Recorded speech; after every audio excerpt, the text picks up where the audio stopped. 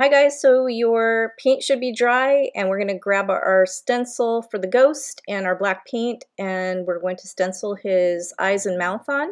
So place the stencil on your piece where you'd like to see the eyes and mouth.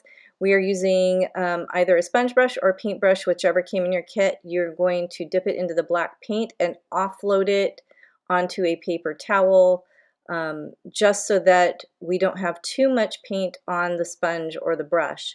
So you are going to want to pounce lightly and deposit paint without overly depositing paint. You don't want to have bleed through that. We're trying to prevent the paint from globbing up underneath our stencil.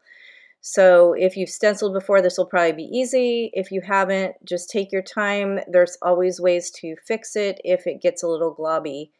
So just go ahead and use the pouncing motion, or you could lightly brush over it with your brush. I'm checking here by holding my stencil down with my other hand so that it doesn't move while I'm painting, and just so I could double check underneath the stencil. So we're just going to finish up painting our eyes and mouth, and if you lift your stencil and you see some lines that are just not as crisp as you like them, we will go ahead and clean those up. So with your artist brush, which was included in your kit, I'm using the flat brush, and I'm just taking paint on the very end of my brush and painting around the eyes where I had some bleed through and just straightening out those lines, almost kind of like, it's almost like using a pencil. I'm using my pinky to ground my hand and keep it steady. Um, but they are rustic ghosts, and I do like a rustic finish on mine, so it's all in your preference. If you want a really straight line, go ahead and work on that. Another technique you can use to clean up the lines of your eyes and mouth is to clean your brush well and grab some white paint and just paint around the outer edges of the eyes and mouth with the white paint. As you can see, it cleans up the lines nicely. So if you'd like to add a little more depth to your eyes, go ahead and clean your brush out, grab some black paint, and just fill in the eyes with the black paint, making them a little more opaque than translucent if you're seeing any white show through. You can also do this with the mouth as well. Once you're happy with your ghost, go ahead and grab your cat and the stencil for the cat eyes. We're going to go ahead and place them where we like them. I like them up a little higher because we'll be adding his bow a little bit later, so it kind of sits right underneath his eyes. So we're going to grab white paint in our craft brush and go ahead, and as you can see, I'm actually brushing the paint on. Again, we want a very dry brush. Do not add water to your brush. And I'm just checking to see it is a little more translucent than I like, so you can go ahead and add as many coats as you like of white paint to get it to a place where you are happy with it. Once you're happy with your cat's white eyes, you can go ahead and let it dry and then grab black paint on your small artist brush, and basically we're just eyeballing it. Ha ha ha. We're adding an eyeball to the whites of the eyes. And as you can see, I'm painting a small half circle just in the lower right hand corner of his, the white of his eye. When you're happy with your kitty's eyes, go ahead and grab your ghost. For your ghost, we're going to add a little accent in the upper left-hand corner of his eye, where, as you can see, I just got my small craft brush and some white paint, and I'm just painting a little half C in the left-hand corner of his eye. And then for the kitty, we're going to do the same thing for his eyeball, but I'm using yellow. You can use white or yellow, whichever you prefer, and you're just going to add a little accent in the corner of his eye. So let's grab our pumpkin, and we are going to be adding the ribbing, adding some visual interest to our pumpkin. So I'm starting with yellow, and as you can see, I added water to my brush this time.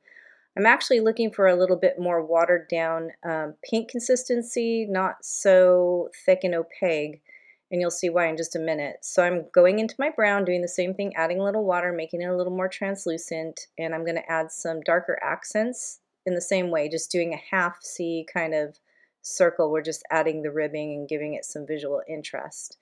And I'm also going to use the white to do a little highlighting, so you can highlight the ribbing as well. And then once you have that where you like it, you're going to go ahead and wash your brush off. And we're just using a clean, wet brush. As you can see, I'm using the flat side of my brush with the water just to mute those lines. You know, we don't want their lines so crisp.